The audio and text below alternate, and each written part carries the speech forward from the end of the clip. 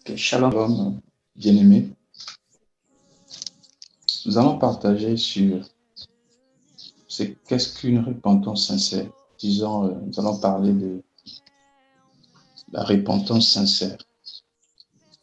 Nous allons prendre nos Bibles dans le livre de Proverbes, Proverbes chapitre 28,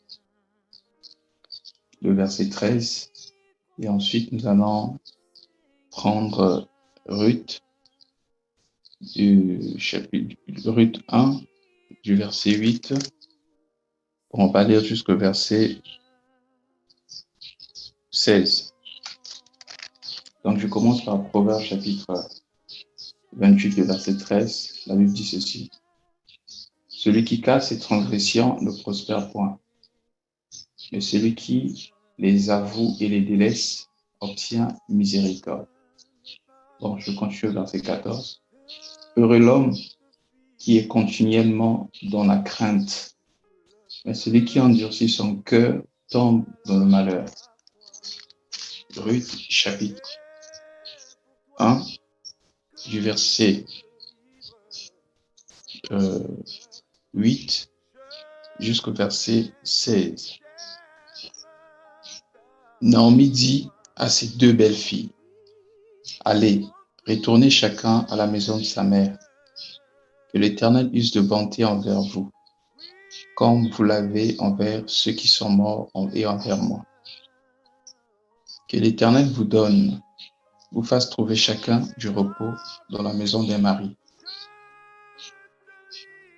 Et elles, les baisa, elles élevèrent la voix et pleurèrent.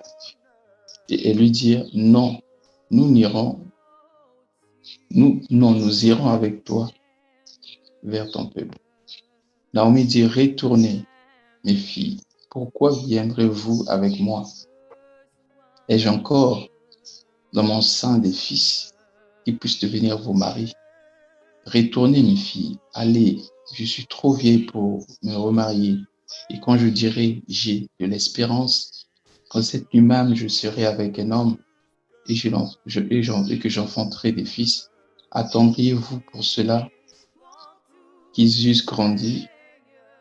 Refuserez-vous pour cela de vous marier? Non, mes filles, car à cause de vous, je suis dans une grande affliction, de ce que la main de l'Éternel s'est étendue contre moi. » Et elles élevèrent la voix et pleurèrent encore. Orpa baisa sa belle-mère, mais Ruth s'attacha à elle. Naomi dit à Ruth, « Voici ta belle-sœur est retournée vers son peuple et vers ses dieux.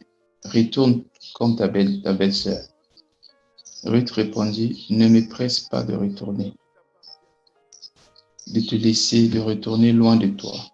Où tu iras, j'irai. Où tu demeureras, je demeurerai.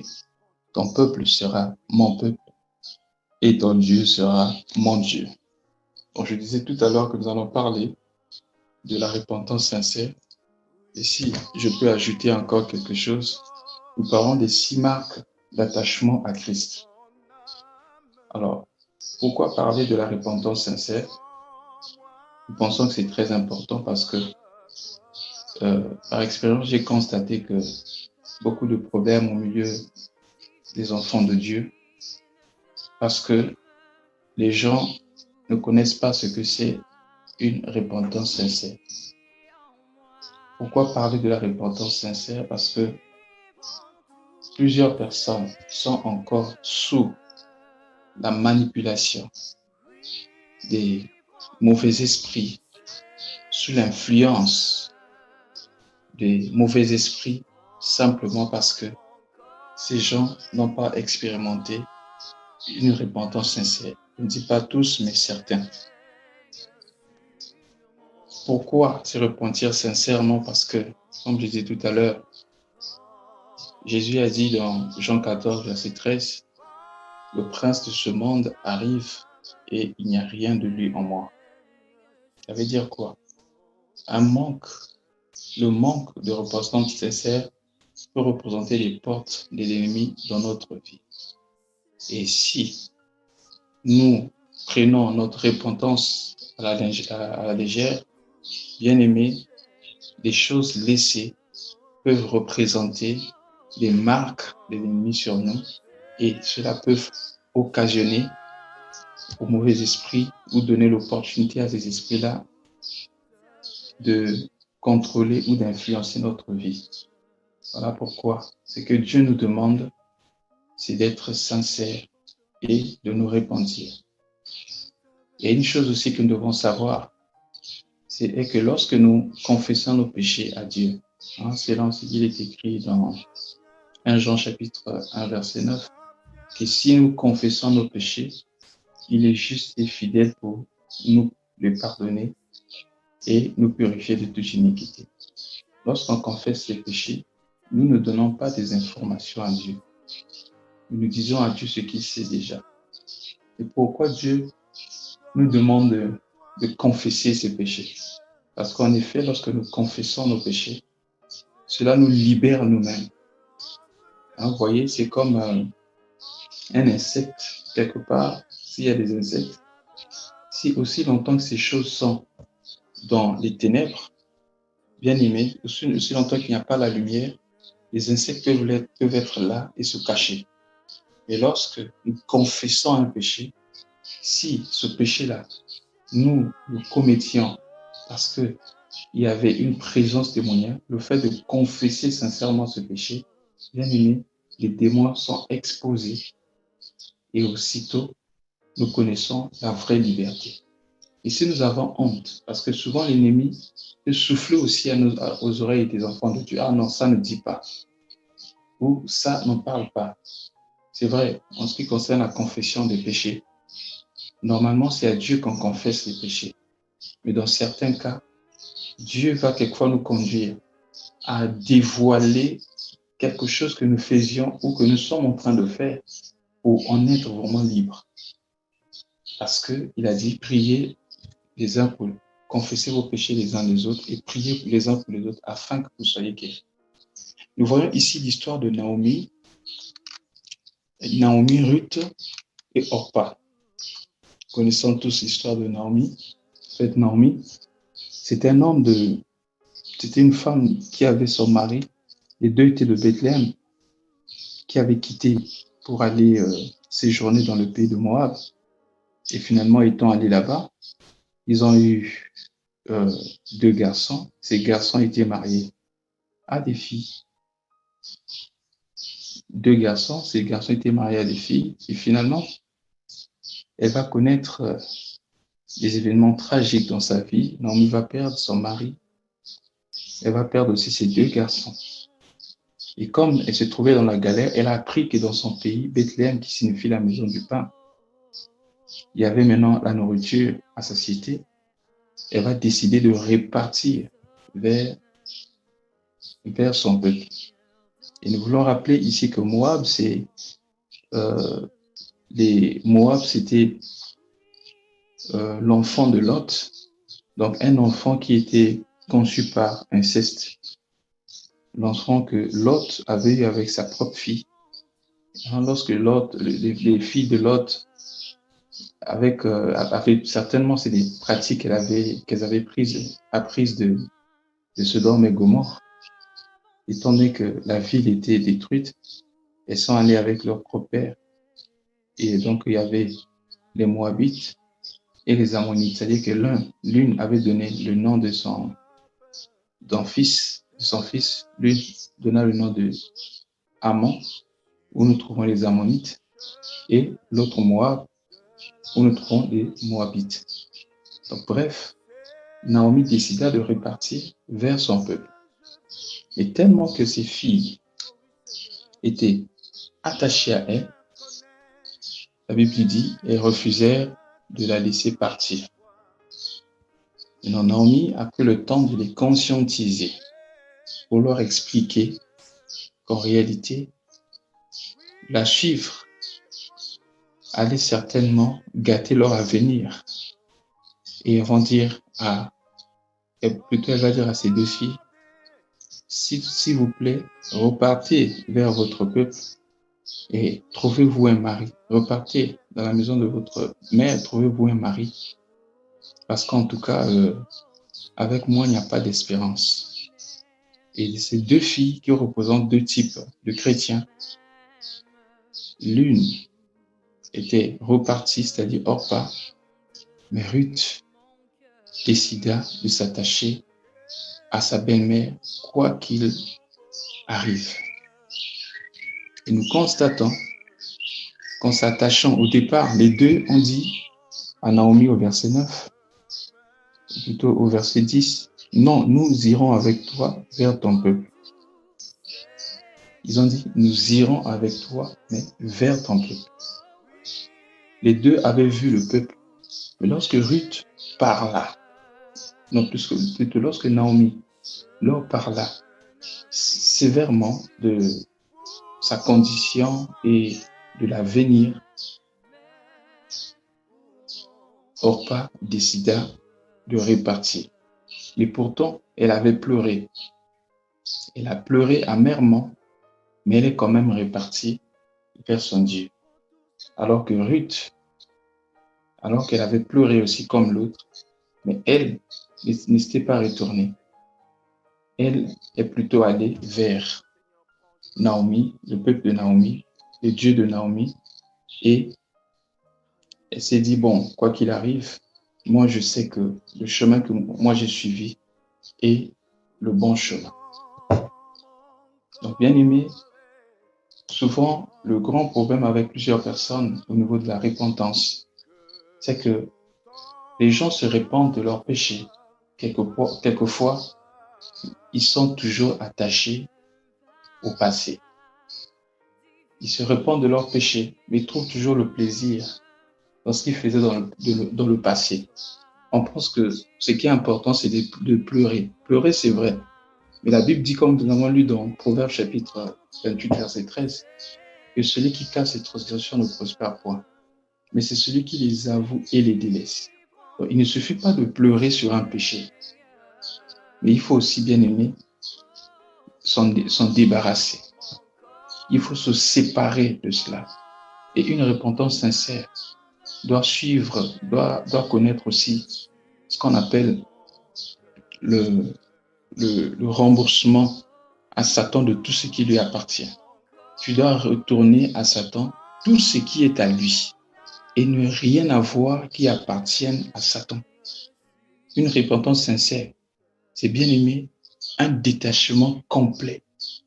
Parce qu'avant l'attachement, il faut commencer par se détacher. Si Orpa n'était pas allé, c'est parce que Orpa était encore attachée à son peuple. Elle était encore attachée à ses dieux. Et Orpa cherchait autre chose. Mais Ruth a accepté de se détacher complètement. Nous voyons cette image aussi dans la création, lorsque Dieu devait, dans le premier mariage, lorsque Dieu parla du détachement et de l'attachement. Il dit, c'est pourquoi l'homme quittera son père et sa mère et s'attachera. L'homme quittera son père et sa mère et s'attachera à sa femme. Donc, sans le détachement, il n'y a pas attachement. Aujourd'hui, il y a beaucoup de mariages qui souffrent. Beaucoup de gens qui souffrent dans le mariage. Beaucoup de mariages déséquilibrés simplement parce que il y a eu attachement sans qu'il y ait au préalable un détachement. Vous voyez, la femme ou l'homme très attaché, par exemple, à ses parents, et du coup, ce sont les parents qui contrôlent, qui dictent même, qui donnent des conduites à tenir dans un mariage, alors que, bien aimé, lorsqu'on rentre dans le mariage, on devait être totalement détaché. C'est vrai, les parents continuent à être nos parents, ils peuvent continuer à nous conseiller, mais bien aimé, le dernier mot ne revient pas aux parents, mais revient à nous, c'est-à-dire au couple.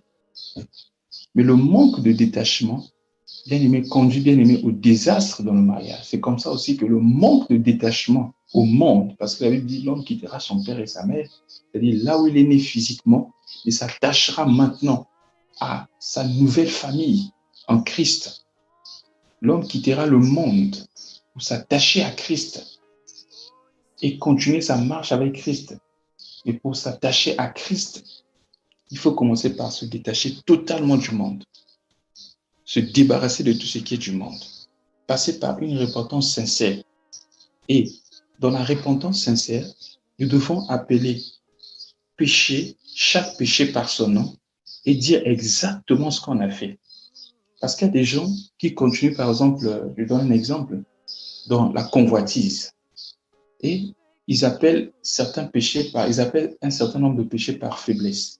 Christ n'est pas mort à la croix pour nous libérer de nos faiblesses, mais il est mort à la croix pour nous délivrer de nos péchés.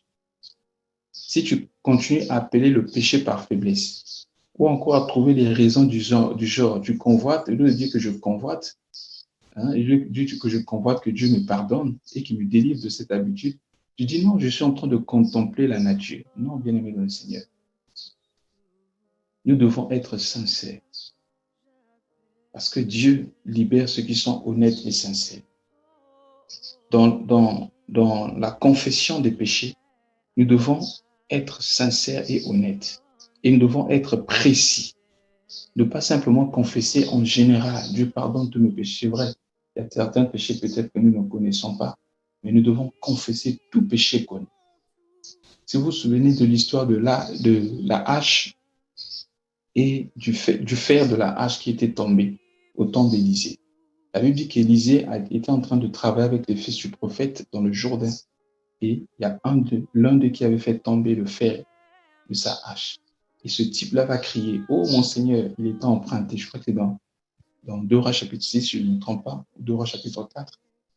La Bible dit, Élisée va demander à cet homme, « Où est-ce que tu l'as fait tomber ?» Parce que dans la confession, il faut être précis. Très souvent, on n'arrive pas à se relever quelquefois des péchés parce qu'on ne sait pas où exactement nous sommes tombés. Et la Bible dit, lorsque cet homme montra la place, là où le fer était tombé, qu'est-ce qu'Élisée a fait? Élisée a pris un bois, il a jeté au même endroit. Et il a dit à cet homme, prends-le. Le bois, c'est l'image de la croix. Christ est mort à la croix pour nous libérer de nos péchés. C'est pourquoi il dit, si nous confessons nos péchés, il est juste et fidèle pour nous les pardonner et nous purifier de toute iniquité. Mais nous devons être sincères et nous ne devons pas avoir honte. Parce que, bien aimé, la honte, quelquefois, bloque certaines personnes. Tu as honte parce que tu regardes à ta réputation. Voilà pourquoi Dieu nous demande aussi d'être humble. L'humilité précède la gloire. Le manque de repentance sincère peut nous bloquer, bien aimé, la marche. Souvenez-vous de la femme de Lot. Elle était sortie avec Lot. Disons, on les avait fait sortir avec Lot et ses 2 belles filles. Mais quelle fut la conduite à tenir ou l'instruction donnée par les anges? Sortez, mais ne regardez pas derrière. Mais elle regarda derrière. Ça veut dire quoi? Son cœur était encore attaché à ces choses qui étaient restées. Dans notre repentance, nous devons bien aimer abandonner tout ce qui est du passé et regarder vers l'avant. Et quelquefois dans la repentance sincère, Dieu va nous emmener à brûler un certain nombre de choses que nous avions en nous. On voit par exemple dans le livre des Actes des Apôtres, lorsque ces gens-là venaient confesser les péchés, on dit qu'il y avait les magiciens qui venaient et ces magiciens-là brûlaient les livres de magie, les talismans qu'ils avaient, toutes ces choses-là, ils les brûlaient. Tout ce qui leur liait à Satan, ces gens-là les brûlaient. Je me rappelle, quand j'ai connu le Seigneur, dans mes débuts, un jour le Seigneur va me demander de brûler tous mes CD et les cassettes que moi j'écoutais lorsque j'étais encore dans le monde. Et bien aimé, pour certains c'était un scandale. Ah, mais tu as dépensé tant d'argent pour avoir ceci. Tu brûles ça aussi facilement. Ces gens ne savaient pas. Et moi, quelquefois, au départ, je ne réalisais pas ça. Mais après, j'ai fini par comprendre que cela m'avait aidé à me détacher complètement de Satan. Donc, il y a la repentance. Tu confesses tes péchés vers Dieu. C'est vrai. Il y a un mouvement physique que tu dois aussi faire. C'est-à-dire, le mouvement physique, c'est quoi? Abandonner toutes ces choses. Brûler quelquefois toutes ces choses. Des choses qui te rappellent le passé. Ça peut être aussi, bien aimé, un comportement que tu avais dans le passé, tes habitudes que tu avais dans le passé. Tu avais l'habitude de suivre, par exemple, des films pas bien, etc. Ou encore des séries pas bien. Tu dois te déconnecter de ces choses parce que ces choses peuvent être les portes d'entrée de l'ennemi. Et voilà pourquoi il faut prendre position. Il faut prendre position pour s'attacher à Christ. Tu dois totalement te détacher du monde. Et dans la repentance sincère aussi bien aimée, Dieu va nous emmener à nous détacher de certaines personnes. Ça peut être des personnes même au niveau de la famille. Ça peut être des personnes, des amis intimes que nous avions dans le passé. Mais Dieu va nous emmener bien aimé quelquefois à nous détacher de ces personnes-là, de peur que ces gens deviennent des pierres d'achoppement pour nous, afin que nous puissions avancer.